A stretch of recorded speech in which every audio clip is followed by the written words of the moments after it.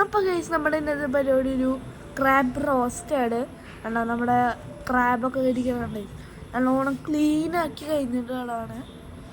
കണ്ട guys, look ഉണ്ട് ക്രാബിന്. ഇതിനകത്തേക്ക് നമ്മൾ സവോള, ഇഞ്ചി, പച്ചമുളക്, വേപ്പില ഇട്ട് നല്ലോണം ഇഞ്ചിയും കൂടി ഇട്ട് നല്ലോണം ഇങ്ങനെ ഇളക്കണം. ഇതിനുള്ളുപ്പും ഈ ക്രാബൊക്കെ ഇപ്പോൾ നമ്മൾ പൊട്ടിച്ച് വെച്ചേക്കാണ്.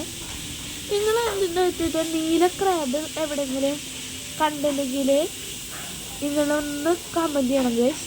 നമ്മളെ കമൻറ്റ് ബോക്സിൽ നിന്ന് പറയണം ഗൈസ് നീല ക്രാബ്. പിന്നെ ഇത് എൻ്റെ റെസിപ്പി ആയതുകൊണ്ട് ഞാനാണ് ഇളക്കുന്നത്. ഗൈസ് സ്റ്റൈലുണ്ടോ? ഇതിൻ്റെ അടിക്ക് പച്ചമുളക്, ഇഞ്ചി ഒന്നും കൂടി ഇരുന്നാലും നേരത്തെ ഇത്തിരി കുറവ്. ഇഞ്ചി വെളുത്തുള്ളി ഇട്ടു, അതിന് നമ്മൾ തക്കാളി ഇട്ടു.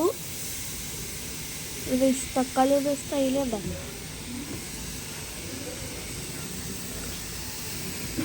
എല്ലാ തക്കാളിയും നമ്മളങ്ങനെ ഇട്ട് കഴിഞ്ഞിട്ട് എനിക്ക് ഗരം മസാല, കുരുമുളക് പൊടി, മഞ്ഞൾപ്പൊടി, മുളക് പൊടി ഇട്ടിട്ട് നല്ലോണം ഇളക്കണം. ഞാൻ നേരത്തെ പറയാൻ മറന്നുപോയി.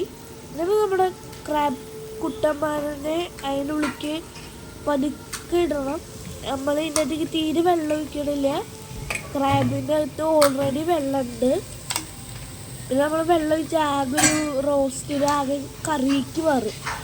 അതുകൊണ്ടാണ് എല്ലാ ക്രാബിനങ്ങനെ നമ്മൾ പതുക്കെ ഇടുകയാണ്.